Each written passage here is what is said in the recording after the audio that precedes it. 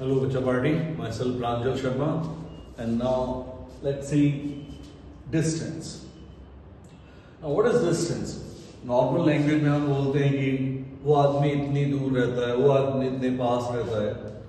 Physics की language में distance का मतलब हुआ करता है कि अगर आपने कोई पाथ ट्रेवल किया तो इस पूरे पाथ की जो लेंथ है, this length in physics is called what? Distance. Which means what? अगर लेंथ की बात हो रही है तो ये लेंथ मान लीजिए कितनी आती है 5 मीटर. अब आपने फिर से चलना शुरू किया तो ये लेंथ बढ़ना शुरू होगी, ये बनकर कितनी हो गई 7 मीटर. आप लौट कर वहीं पहुंच गए जहां से चले थे. बट डिस्टेंस का मतलब फिजिक्स की लैंग्वेज में क्या है? Whatever is the path, measure its length, and that length is called what? Distance. And that gives us few properties for this distance thing. पहली property क्या है? Distance is a scalar quantity. What is a scalar? Scalar is something which needs no information of direction. तो अगर मैंने आपसे बोला कि मेरे से एक पर्टिकुलर ऑब्जेक्ट या कोई आदमी है वो 25 मीटर डिस्टेंस पर है, अपने को कुछ नहीं पता कि वो 25 मीटर लेफ्ट में है या राइट में है या ऊपर है या नीचे है. That 25 meter can be anything. It can be like this, it can be like this, it can be like any path whatsoever. That distance means only information of magnitude, and therefore we call it what? Scalar. Now, since it is a scalar, it is also a positive number. Physics में positive और negative directions के लिए use होते हैं. अगर positive east है तो फिर नेगेटिव क्या होगा? वेस्ट. लेकिन डिस्टेंस को डायरेक्शन से कोई मतलब नहीं है, and therefore this is only a positive number. इसके अंदर कभी कोई नेगेटिव का साइन नहीं आएगा.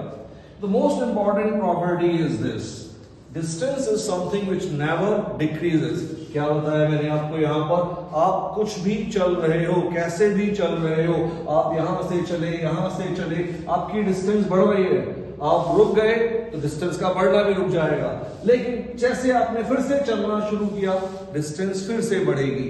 Distance is something which never ever decreases, which gives us a question based on distance and time in this form: distance time graph. मैंने आपसे बोला कि ये डिस्टेंस और टाइम का ग्राफ है. कौन कौन से पोर्शंस हैं जो वैलिड हैं और कौन कौन से पोर्शंस वैलिड नहीं है. Look at this. इस पूरे इलाके में डिस्टेंस टाइम के साथ इंक्रीज हो रही है. This is time axis, this is distance axis. Time बढ़ रहा है, डिस्टेंस बढ़ रही है. Is this portion allowed? हमने बोला yes. Now look at this. यहां पर डिस्टेंस लगातार क्या हो रही है? डिक्रीज. इसका मतलब ये वाला ग्राफ का पोर्शन वैलिड नहीं है. What about this? इस जगह पर डिस्टेंस क्या बनी हुई है? नेगेटिव. लेकिन डिस्टेंस कैसी क्वांटिटी है? स्केलर. हमेशा क्या होगी? पॉजिटिव. इसका मतलब ये पोर्शन भी अलाउड नहीं है.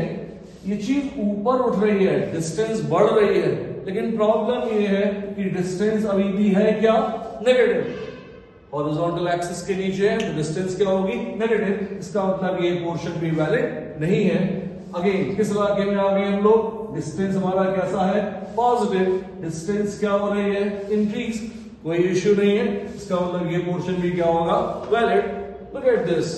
डिस्टेंस बढ़ रही है, ऊपर जा रही है, डिस्टेंस की वैल्यू इंक्रीज हो रही है. डिस्टेंस पॉजिटिव भी है, डिस्टेंस इंक्रीज हो रही है, डिस्टेंस पॉजिटिव भी है. लेकिन एक प्रॉब्लम है बॉस. क्या प्रॉब्लम है? टाइम की वैल्यू क्या होने लगी? डिक्रीज. क्या टाइम डिक्रीज हो सकता है? नहीं. And therefore this portion of the graph is also not correct. I hope समझ में आया होगा किस तरह से डिस्टेंस और टाइम पे ग्राफ्स को आपको हैंडल करना होता है.